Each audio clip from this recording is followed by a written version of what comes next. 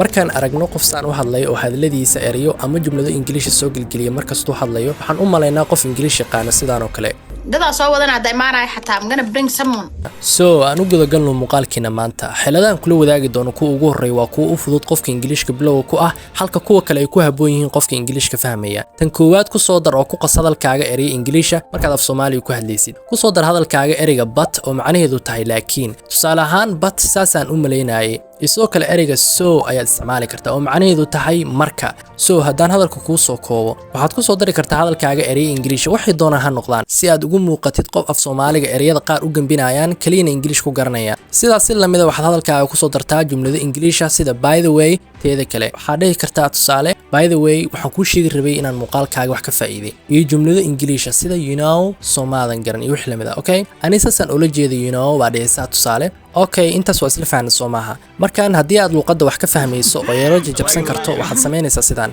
okay mid koowaad accentiga iska dhis wax ka baro accentiga oo carabkaaga qalooci si aad isaga dhigto qof ugu hadla yaqaan Ingiriiska si dadku u dhashay oo kale tiida haddii ay erayga ugu dambayso sidaan oo kale what ama but ha ku dhawaaqin tiida waxa dhahdaa wa baa dhahaysaa sidoo kale bedelka aad leeyahay but waxa dhahaysaa ba baa dhahaysaa sidoo kale dr iyo tr ugu dhawaaq sida jacda oo kale sidaan oo kale ma dhahaysid drink ma dhahaysid waxaa dhahaysaa drink baa dhahaysaa drink true ma dhahaysid waxaa dhahaysaa true baa dhahaysaa true sidoo kale tiida haddii ay erayga dhexda kaga jirto ugu dhawaaq sida raacda oo kale sida better ama eray kale ee ah better okay tan afraad markii aad Ingiriiska ku hadlaysid samay sidaan markii ay ku gambiyaan erayadii aad isticmaali lahayd intaad soo xasuusanayso waxa dhahdaa ku soo celceli erayadan midkood you know baa dhahaysaa ama waxaad dhihi kartaa like ama waxaad dhahaysaa I think sida caadiga dadku dhashay way isticmaalaan erayadaasi si ay ugu soo xasuustaan wixii ay dhihi lahaayeen haddaba ka waran haddii aad tahay qof luqadda xoogaa ka yaqaana sidaan isugu muuji sida inaad aad u taqaano oo kale okay aad u isticmaal hadallada informalka oo dadku dhashay luqadda aad ku isticmaalaan bedelkii aad dhihi lahayd yes waxa dhahdaa yeah baa dhahaysaa soo kale ha ku soo celcelinin no waxa dhahdaa bedelkaas no baa dhahaysaa ama nah dheh okay hadhiin inta badan how are you waxa dhahdaa bedelkaas how is it going ama waxa dhahaysaa what's up baa dhahaysaa marka aad u isticmaal inta badan hadallada sida maalinlaha dadku dhashay luqadda ugu hadlaan sida kuwan oo kale bedelkii aad dhihi lahayd ma garanayo I don't know waxa dhahdaa no idea dheh si aad isugu ekaysiiso dadku dhashay luqadda I'm very tired inta badan aan ku soo celcelinin waan daalay waxa dhahdaa I'm exhausted aad baa u daalay okay nakaxee markii aad dhahaysid let's go inta badan hadhiin waxa dhahdaa let's hit the road waan fahmay I understand hadhiin inta badan waxa dhahdaa I got it si aad luqadda ugu isticmaashid si lamida dadku u dhashay luqadda qalad ayaan sameeyay markaa dhahaysid I made a mistake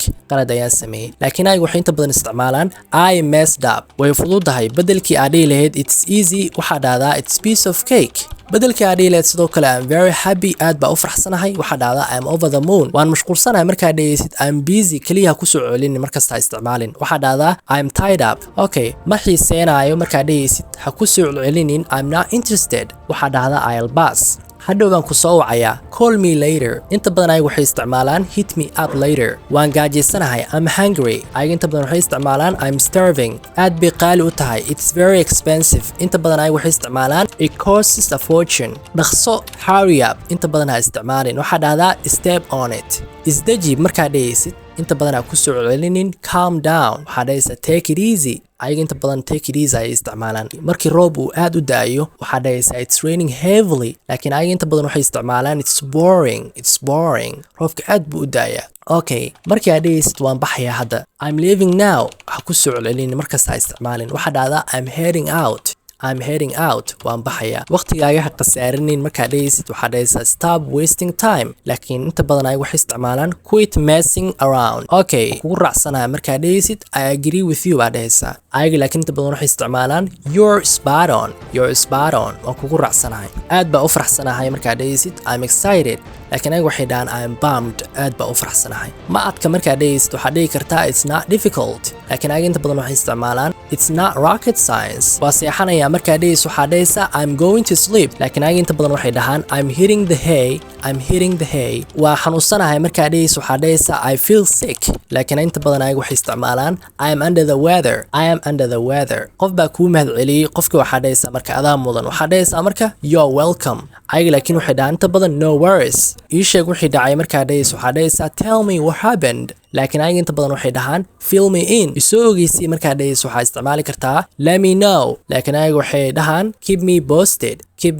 posted markaa dhehayso qof hadis ka dhigisdaji markaa dhehayso waxaa dhehaysaa relax ayaga laakiin inta badan waxay dhahaan chill out markaa dhehayso aan bilowno let's start baa dhehaysaa laakiin ayaga inta badan waxay dhahaan let's get the ball rolling